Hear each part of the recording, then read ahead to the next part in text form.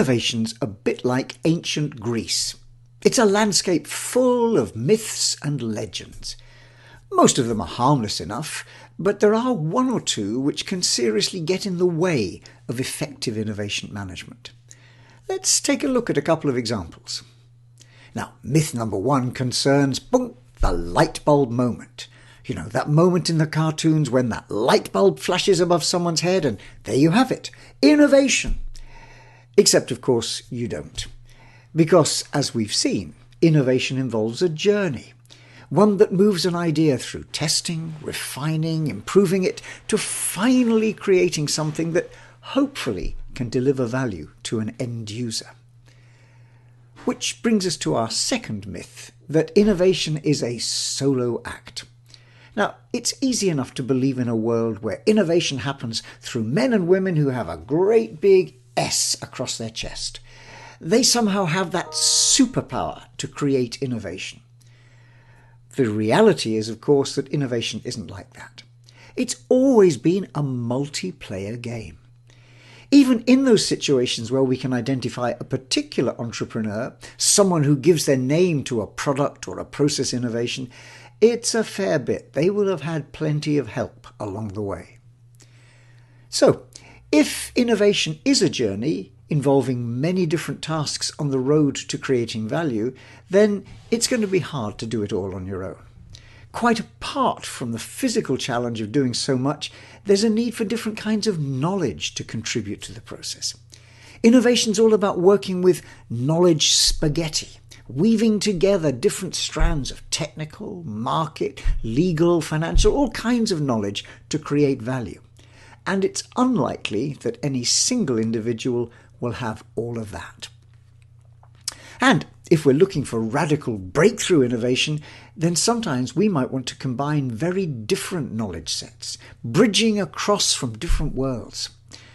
We know that such recombinant innovation has been the starting point for some key innovations. For example, Henry Ford's assembly line began as a moment of insight when William Clan, one of his engineers, was walking past a meat packing plant in Chicago and noticed how the butchers there were systematically disassembling carcasses on a moving line. Or, as we've seen, the key insight which underpinned the successful social innovation of the Aravind eye care clinics was bringing fast food preparation and service techniques to bear on the problem of cataract surgery in rural India. Now, for Thomas Edison, this was a very clear lesson. His invention factory in New Jersey was not simply a place where he sat and dreamed up all his wonderful inventions by himself, but rather a meeting place for diverse ideas. The factory undoubtedly made a big contribution to the early 20th century, but Edison did it not just by himself, but by involving many other people. What he did was to take engineers and scientists from a variety of different sectors and put them all together in the same space. They worked alongside each other, they ate and drank together, even slept in the place sometimes when projects were running late. It must have smelled terrible, but that hothouse became a crucible in which many key innovations were born. Which brings us to myth number 3. This is the one that sees the world somehow as split into two kinds of people. Creators, the ones responsible for coming up with innovation, and consumers, the ones who adopt those innovations. That is, of course, a very artificial split. And the reality is, the more we research, the more we realize that users are far from passive in innovation. They have ideas and insights, and they can make a big contribution to shaping innovation by bringing that to bear. And their understanding of the context in which innovations have to work means that using their input can help ensure that innovations diffuse widely and rapidly, because they're compatible with that context. It's hard to forget that wonderful scene in Monty Python's film The Life of Brian, in which the small group representing the People's Front of Judea huddle together plotting the downfall of the invading army. Reg, their ringleader, asks the question, "What have the Romans ever done for us?" and is met with an increasingly long list which includes sanitation, medicine, education, wine, public order, irrigation, roads, fresh water and public health. If you haven't seen the film, it's worth a look. Well, in similar fashion, we could ask the same kind of question. What have users ever done for innovation? And it won't take long before there's a similarly long list of exceptions which prove the rule that users are a pretty potent force. For example, deep breath. Around the house we have the vacuum cleaner, the dishwasher, bleach, the miracle mop. If there are children around the place, then we can add to that list non-spill cups, foldable pushchairs, disposable nappies, Q-tips. If we go out in the street, you might use a foldable umbrella to help you run to your pickup truck, turning on your windscreen wipers as you drive to work. Where you'll find your IT system storing things on Dropbox, perhaps running on Linux, browsing with Firefox, connecting via Apache servers, and if you're still producing physical printout and want to make a correction, brushing on liquid paper to correct the mistake. If you're lucky enough to have the day off, well, you might go windsurfing, skateboarding, mountain biking, perhaps capturing your adventures on a GoPro camera. And if you're unlucky enough to have an accident while doing so, your hospital will be full of hundreds of other user innovations developed by nurses, doctors, technicians, porters, and so on. All of them are reminders of what user innovation can do for us. And that's not even the full answer to our question, because these are just specific examples where we have a name and an identity for our user innovator. Behind them, there's a hidden army of hundreds of thousands of others, in workplaces, on farms, around the homes, in offices, shops, churches, scout groups, in fact, everywhere. What these hidden user innovators share is the challenge of a problem for which they come up with and try out a workaround, a hack, a solution to help deal with it. We're only just beginning to get a measure of how much innovation begins with user ideas. Studies by Nesta in the UK, for example, suggest that close to 10% of product innovations and 15% of process innovations begin in this fashion, and that's almost certainly an underestimate. Smart companies recognise the huge value which employees, as users of their processes, can contribute through suggesting improvements. Companies as diverse as Toyota, Liberty Global and Fujitsu regularly receive thousands of ideas, and these translate into savings running into millions. So, having knocked down some of these myths surrounding innovation, we should perhaps pause and try and pick up a few of the pieces. If the myths don't hold up, what lessons are left which can help us manage innovation more effectively? Let's summarise. Innovation's a journey, not a single event, and so there are many different tasks involved in creating value from ideas. It's a multiplayer game, and one in which diversity matters.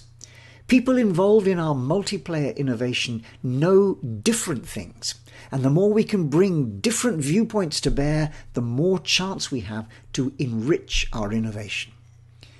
Sometimes the knowledge they have to offer isn't even formalised. It's fingertip, tacit knowledge, stuff we know but we can't always express. That's particularly the case when we think of many of those user innovations, which emerge from a context where users are often frustrated, they have a sense of what's going to make things different, even if they can't always articulate it. And we often talk about getting out of the box in innovation. But by bringing in people who by definition have been inhabiting a different box, we can often stimulate innovation in radically new directions. But it's not just enough to bring diversity into our innovation teams. We also need to think hard about how to ensure inclusivity. Who do we want to bring into our innovation process, and whose voices are we not hearing?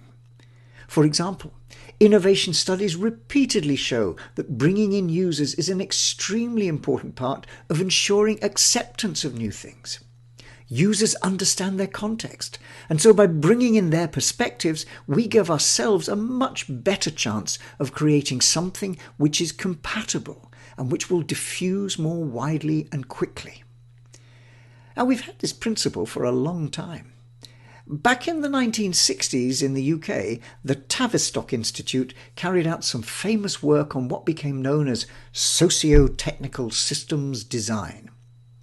Put simply, they were using approaches which could hear the voices of people involved in working with new technology and mobilize their insights and ideas to shape the technologies to be more effective. And one example was work with the National Coal Board, looking at new coal mining technology. Now, at that time, a powerful new approach based on advanced technology was the long wall method of coal getting, a long name for a simple idea. It involved cutting two shafts in parallel and then creating a thin shaft between them. The coal behind this long wall could be cut by automatic machinery and conveyed to the parallel shafts and thence to the surface.